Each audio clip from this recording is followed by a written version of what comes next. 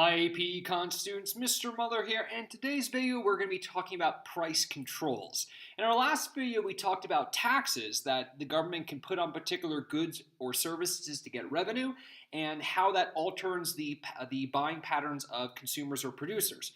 Today we're going to be talking about another way the government can alter the price of a good or service, and that's by either by putting a price ceiling or a price floor on a particular good or service.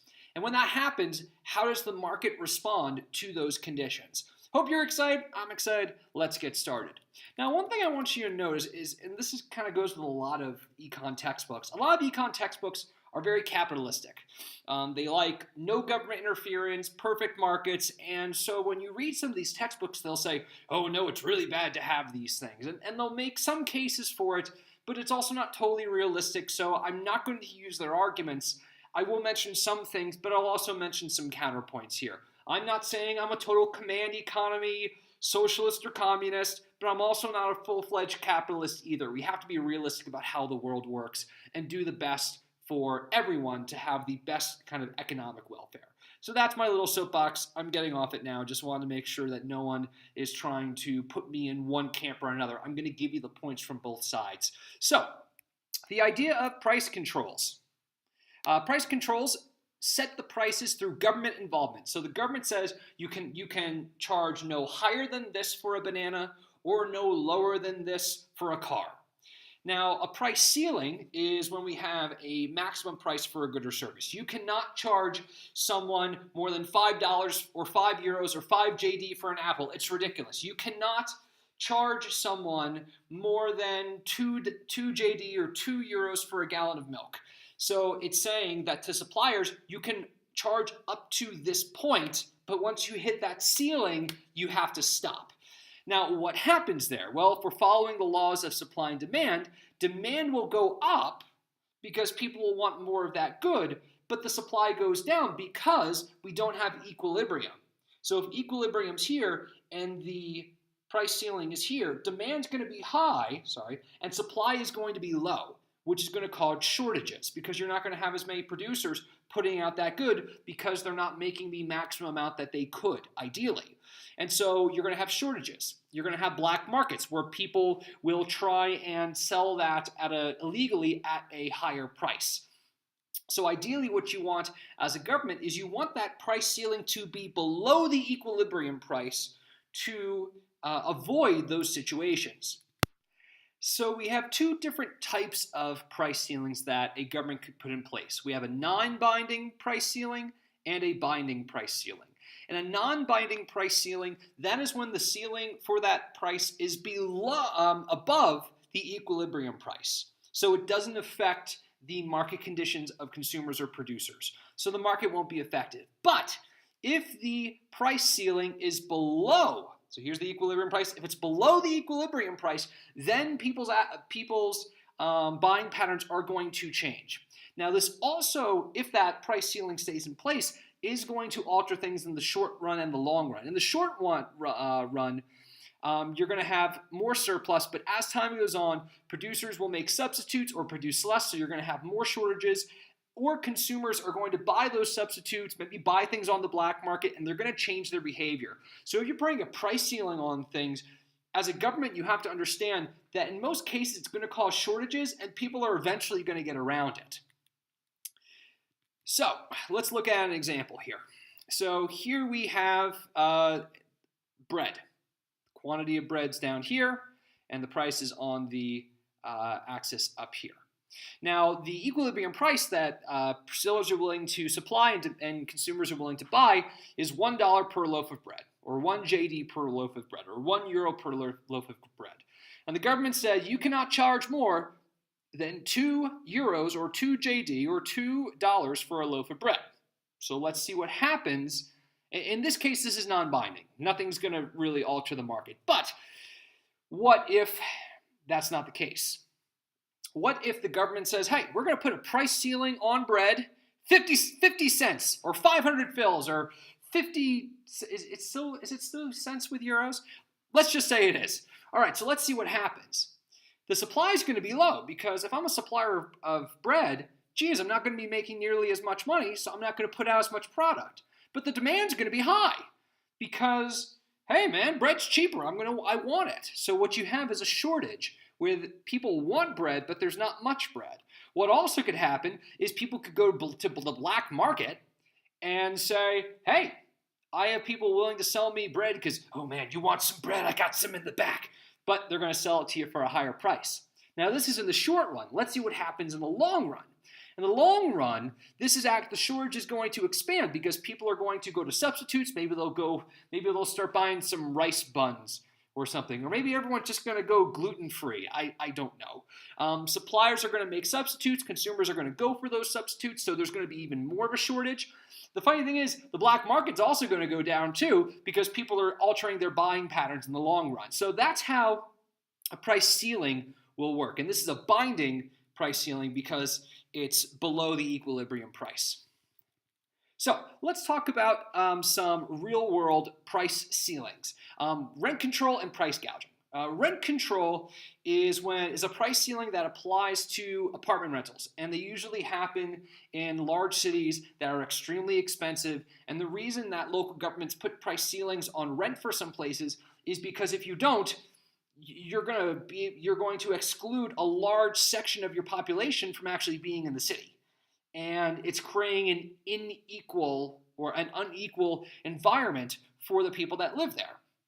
Now, here's what market economists are going to say. Market economists or full capitalistic economists are going to say, hey, that's not going to work because they may not be maintained and might be unsafe. And sometimes they're not fair because rent control can apply to the second or third generation, and they might not need it, so that's not fair. And that's understandable, and those are valid arguments. The other thing you have to consider is the equality and equity for your citizens. So rent control also protects the lower class from not being priced out of a city. It gives everyone an equal playing field to take advantage of the benefits of living in a city rather than the suburbs or a rural area. So that is the alternate argument for rent control. I'm trying to give you the arguments from both sides here. Another type of price ceiling that happens a lot is something called price gouging. So let's say that there's an emergency. There's a hurricane or an earthquake or a volcano explodes. I don't know. By the way, you know if Old Faithful in Yellowstone, is it? You know that's a super volcano. If that explodes, we're all dead. Oh, that's not here nor there. Yeah, that's something to keep you up at night. That and the sun freaking out and frying the entire electrical system. But don't worry. I've been watching too many science podcasts. So a price gouging is when there's an emergency, and so they put a price ceiling on the selling of that good so that people who are in that emergency can buy some of those things. And it's designed to protect people from being exploited and being charged ridiculous prices for things like bread and milk or a generator. But some market economists will say that doesn't work because certain sellers who would have entered the market to supply their price are not going to. So maybe some people who from another state or province or area over who have generators and could go and sell it to that group that can help them won't because, hey, I'm not going to make nearly as much money and it's going to cost me all this money to get them over there, so it's not worth it. Those are the two arguments for price gouging. So here's an example, right? Here's the equilibrium before the emergency and here it is after.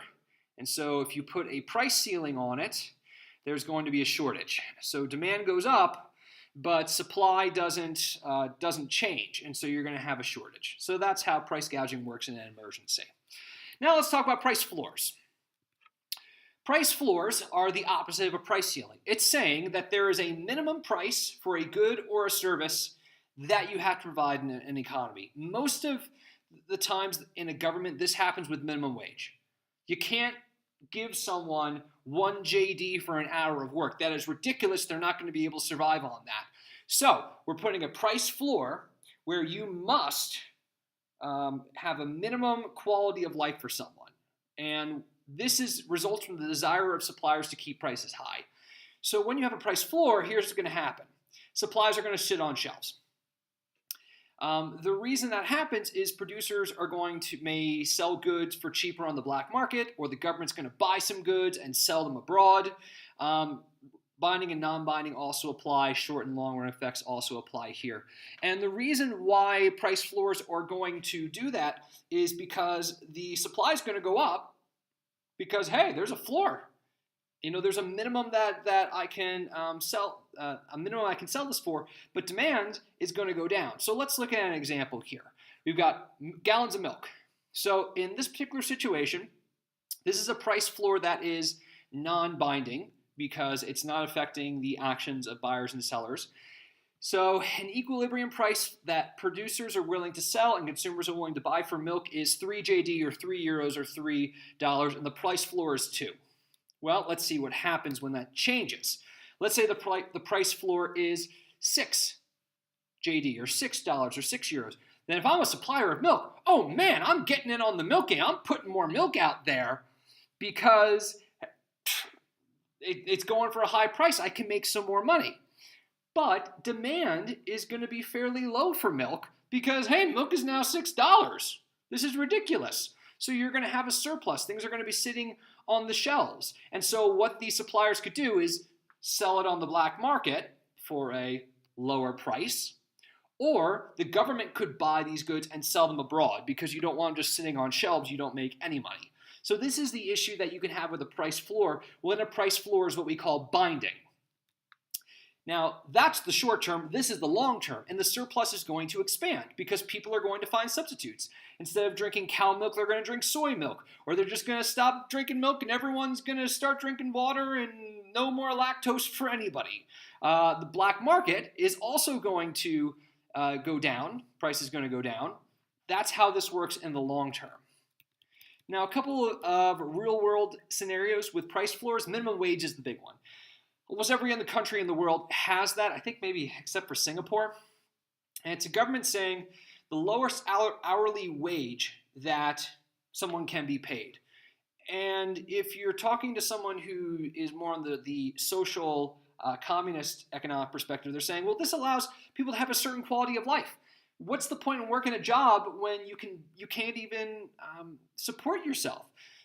You should be able to, if you do a certain amount of hours of work per week, you should be able to have a certain quality of life.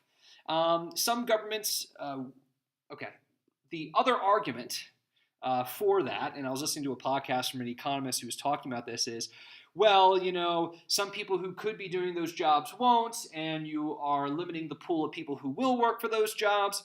But it's a very interesting argument. We could talk about it a little bit later. Minimum wages work best in wealthy countries. And they're often non-binding to restrict the labor market because you don't want that shortage of workers. You want as many people to be working as possible. So the idea is you want the minimum wage that is just happening because of supply and demand to be above the price floor you put it at. So let's take a look at an example here. So let's say in a non-government interference market conditions, the minimum wage that someone could have for working at a fast food place or doing some cleaning or some more low-skill work is 7 JD or 7 euros or $7 an hour. But the government says that is too low for someone who is 25 or 30 or 40 to actually live, to buy food and rent and all that stuff. So we found that the minimum they need to make to have a certain quality of life is 10 JD or 10 euros or $10. And so here's your price floor. Well, let's see what happens in the short term.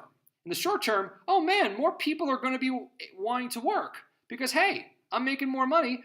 I'm going to put myself out there. But the demand for labor may go down because for some businesses, you can't pay as many workers for that price. So maybe you have to lay some people off, or maybe you're not hiring, or maybe you're just going to work at your little store and not take someone else on. Now, if that continues, the unemployment may even get greater because people are going to adjust. Now, what a government should do is retrain people with these low-level skills to get some high-level skills, trades, college education, things like that. And what that will do is that will provide them with jobs that are over this minimum wage, and you won't have these shortages, which will allow people who are younger, people who are teenagers, people who are just trying to get some work experience to participate in the market. That's the ideal of how things work, but again, that doesn't take into account a lot of real-world situations. So we'll talk a little bit more about that in class. Now, here is a situation where the minimum wage is the price floor is non-binding. So this is a situation where, hey, everything's $10, which is fine. And when that happens, and it happens in a natural way, the price floor can change, and it still isn't going to impact the market because it's below the equilibrium price for supply and demand for wages. So that is going to be price ceilings and price floors. Hope you learned something you did not know before. In class, we're going to be giving you some of these situations, and you're going to be making predictions on how those situations are going to impact the economy of a particular town, country, whatever. Have a great day.